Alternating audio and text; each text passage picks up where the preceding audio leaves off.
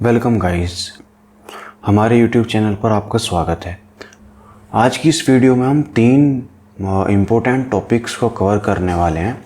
पहला था आइडेंटिफायर्स, जो मैंने लास्ट वीडियो में भी आपको बताया था कि नेक्स्ट वीडियो में आइडेंटिफायर्स पढ़ाऊंगा। तो इस वीडियो में हमारा एक तो है आइडेंटिफायर, एक है वेरिएबल और एक हमारा कीवर्ड। ये तीन टॉपिक हमारे इस वीडियो के अंदर कवर होंगे। तो चलो स्टार्ट करते हैं। आइडेंटिफायर और कीवर्ड, वेरिएबल, इन तीनों में क्या क्या चीज़ हैं और इनके बारे में इंफॉर्मेशन आपको बताऊंगा। थोड़ा सा डेफिनेशन भी आपको दिखाऊंगा इन सब की। तो पहले समझते हैं हम आइडेंटिफायर। आइडेंटिफायर क्या है? आइडेंटिफायर के देखो नाम से पता चल रहा है कि वो किसी चीज़ को आइडेंटिफाई करने का काम करता है, जैसे कि किसी चीज़ को पहचानने के लिए काम होता है। अब इसके लिए आप एग्जांपल्स ले सकते हैं। एग्जांपल्स जैसे कि पाइथन के अंदर अगर आप आइडेंटिफायर्स देखेंगे तो एक तो हमारा हो गया आपका जो ऑब्जेक्ट्स होते हैं, क्लास के ऑब्जेक्ट्स होते हैं, क्लास का नाम होता है, ठीक है, वेरिएबल होते हैं सारे। तो एक आइडेंटिफायर वो सब कुछ है आपका, जैसे कि जो आपको किसी चीज़ को, पर्टिकुलर किसी वैल्यू को या किसी फंक्शन को, किसी मेथड को पहचानने के लिए काम आता है, वो होता है आपका आइडेंटिफायर। वो किसी एक पर्टिकुलर वैल्यू, किसी क्लास, किसी को भी आइडेंटिफाई करने में हेल्प करता है। आई होप आइडेंटिफायर आपको क्लियर हो गया होगा। नेक्स्ट है वेरिएबल। वेरिएबल ही आइडेंटिफायर का एक तरीके से सब पार्ट है। मैंने आपको बताया था कि आइडेंटिफायर में वेरिएबल्स भी होते हैं। तो वेरिएबल क्या है? वेरिएबल आपका एक तरीके से किसी वैल्यू को डिफाइन करने के लिए यूज़ होता है। हमारा जो डेटा है, हमारे पास जो डेटा होता है, उसको हमें सेव करने के लिए कुछ पर्टिकुलर एक बॉक्स चाहिए, कंटेनर चाहिए होता है। तो उस कंटेनर को हम वेरिएबल बोलते हैं। जैसे कि हमारे पास एक वैल्यू है 5। आपने मैथमेटिक्स में पढ़ा भी होगा कि जो हमारे पास 5 एक वैल्यू होती थी, x इज इक्वल टू 5 हम लिख लेते थे वहाँ पे, let x is equal to 5। आपने भी यूज़ किया होगा। तो उस चीज़ में क्या होता था कि जो x है वो एक वेरिएबल है। वो क्या करता था, उस 5 को अपने अंदर सेव करा लेता था।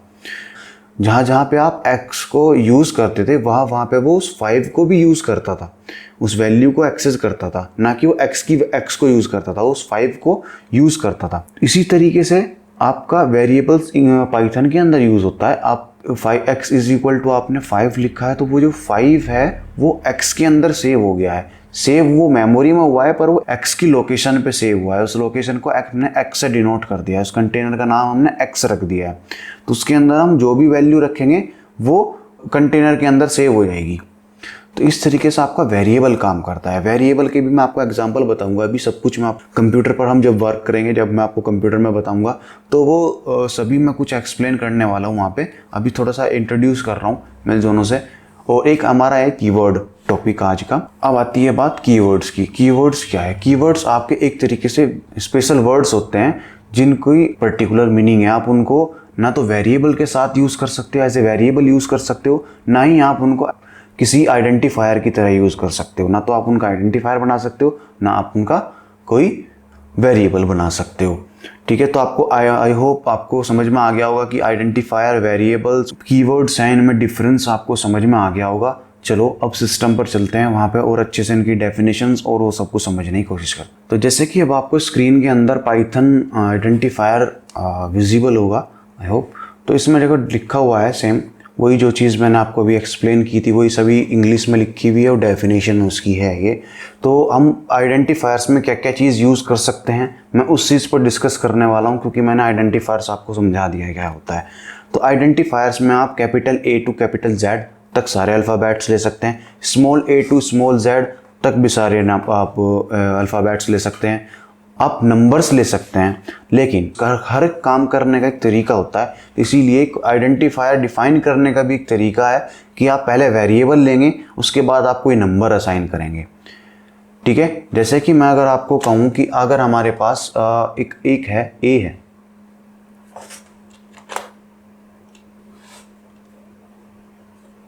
हमारे पास एक a है और उसकी जो वैल्यू मैंने असाइन करी है वो 5 असाइन कर दी है। ठीक है, और एक और मुझे वेरिएबल लेना है कोई, तो उस वेरिएबल का नाम मैंने रख दिया है a इज इक्वल टू 6। ठीक है, तो जो a2 है, हम 2a नहीं ले सकते उस चीज़ को।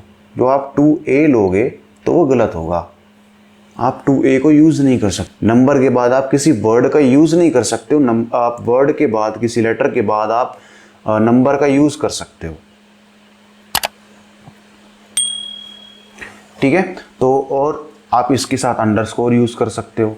ठीक है, आइडेंटिफायर्स में आप एक तो स्पेशल कैरेक्टर होते हैं आपके जैसे कि आपका परसेंटेज का साइन हो गया, प्लस माइनस, ये सब सिंबल्स होते हैं, उनका आप यूज़ नहीं कर सकते क्योंकि उनका भी एक पर्टिकुलर मीनिंग होता है। जैसे कि प्लस आपको पता ही है, ऑपरेटर्स आप यूज़ करते हैं उन चीज़ को, तो वो आप आइडेंटिफायर में यूज़ नहीं कर सकते।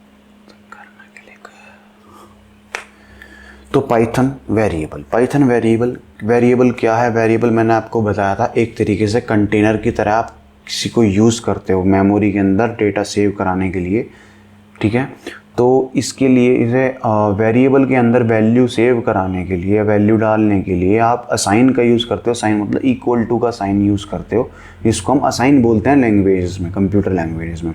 तो असाइन क्या होता है? जैसे कि आपने लिखा a इज़ इक्वल टू 5, तो इज़ इक्वल टू नहीं है, वो 10 को आप असाइन कर रहे हो a के अंदर। ठीक है, जैसे कि आपने लिखा है a इज़ इक्वल टू 10, तो जो 10 है वो आप असाइन कर रहे हो a के अंदर। तो इसमें ऐसे ही सेम एग्जाम्पल मैंने यहाँ पे लिख रखे हैं। a इज़ इक्वल टू हमारे पास 10 है, a इज़ इक्वल टू हमारे पास 10 है, b इज़ इक्वल टू 10.51 है, c is equal to India है, और d इज़ इक्वल टू हमारे पास एक वैल्यू है ट्रू। तो इसमें क्या है, एक इंटीजर है। इंटीजर क्या होते हैं? इंटीजर वे नंबर्स होते हैं जो जिनमें डेसिमल ना यूज़ हो, कंप्लीट नंबर आप बोल सकते हो। b एक फ्लोट वैल्यू है। फ्लोट वैल्यू वे होती है जिनके अंदर आप जो नंबर्स होते हैं और डेसिमल यूज़ हो रही होती है उसके अंदर। जैसे कि 10.0 भी आपका क्या होगा? 10.0 भी आपका डेसिमल नंबर होगा और ये भी फ्लोट वैल्यू होगी। ठीक है, तो इसमें हम फ्लोट बोलते हैं। ऐसे ही सी एक स्ट्रिंग वैल्यू है। स्ट्रिंग को हम कैसे फाइंड करते हैं? डबल कोट या सिंगल कोट से लिखी होती है स्ट्रिंग आपकी। जैसे कि इंडिया लिखी है, वो एक इंडिया एक स्ट्रिंग के फॉर्मेट में लिखा हुआ है। ऐसे ही डी एक लिखा हुआ है ट्रू। ट्रू होता है, ट्रू और फॉल्स दो वैल्यूज़ होती हैं, ये होती हैं आपकी बूलियन वैल्यूज़। इसमें टी कैपिटल होता है, ऐसे फॉल्स का सेम एफ कैपिटल होगा। तो जैसे ही हम इसको प्रिंट करते हैं तो देखो इसमें ए एक आइडेंटिफायर भी है, ए एक वेरिएबल भी है। ऐसे ही बी भी, सी भी, डी भी, ये सारे एक आइडेंटिफायर्स भी हैं जो आइडेंटिफाई कर रहे हैं किसी एक वैल्यू को, किसी एक पर्टिकुलर चीज़ को, और एक वेरिएबल्स भी हैं क्योंकि एक वैल्यू को स्टोर अपने अंदर कर रहे हैं।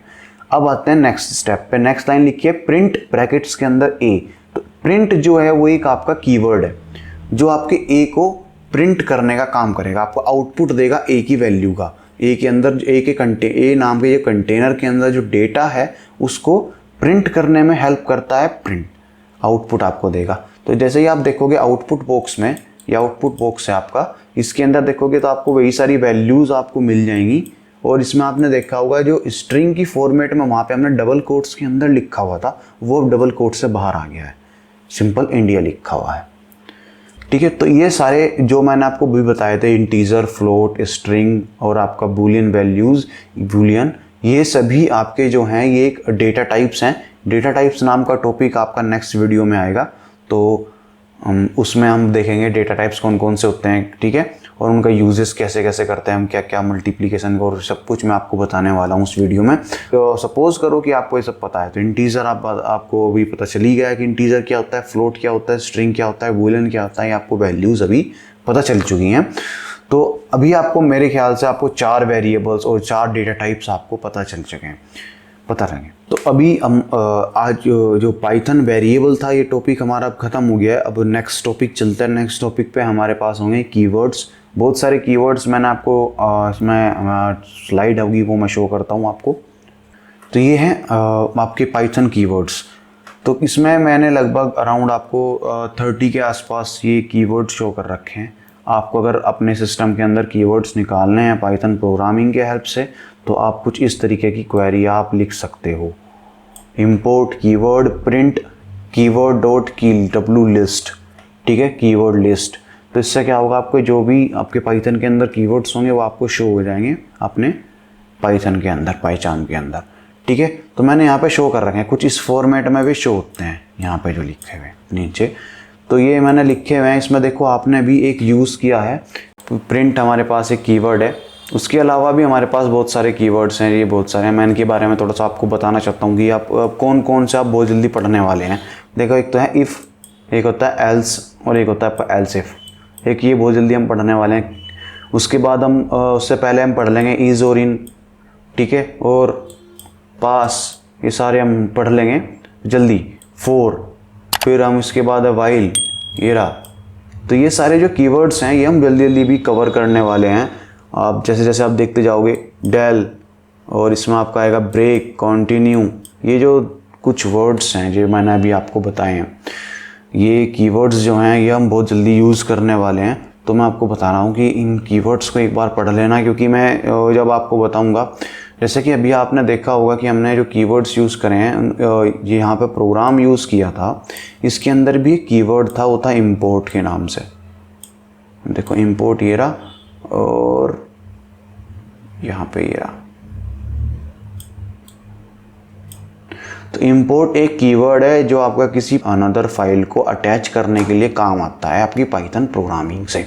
जैसे आप कोई फाइल बना रहे हो अपने D1 या D2 के नाम से, जो भी फाइल बनाई है हमने, मेरे ख्याल से इंस्टॉलेशन में मैंने आपको बताया था कि D1 के नाम की मैंने एक फ़ाइल बनाई थी, d1.py। तो उस फाइल से अगर आप किसी अनदर फाइल को अटैच करनी है तो आप इम्पोर्ट के कीवर्ड को यूज़ करके उस फाइल को अटैच कर सकते हो, ठीक है। तो फिर हमने प्रिंट कीवर्ड यूज़ किया, तो हमने अब तक 2 कीवर्ड हमने यूज़ कर चुके हैं, इम्पोर्ट और आपका प्रिंट। इम्पोर्ट अभी हमने कम्प्लीटली यूज़ नहीं किया, अभी हम आगे जब हम क्लासेस पढ़ेंगे, उसके कॉन्सेप्ट्स पढ़ेंगे, तब मैं आपको बताऊंगा इम्पोर्ट का और यूजेस। उसके बाद अगर हम एडवांस में जाएंगे तो उसमें भी आपका कीवर्ड्स का बहुत अच्छा यूज़ है। अभी हमने इसमें एक कीवर्ड अभी यूज़ किया था, वो था प्रिंट, ये रहा हमारा प्रिंट। इन सभी कीवर्ड्स को हम यूज़ करने वाले हैं अपने इन फ्यूचर में।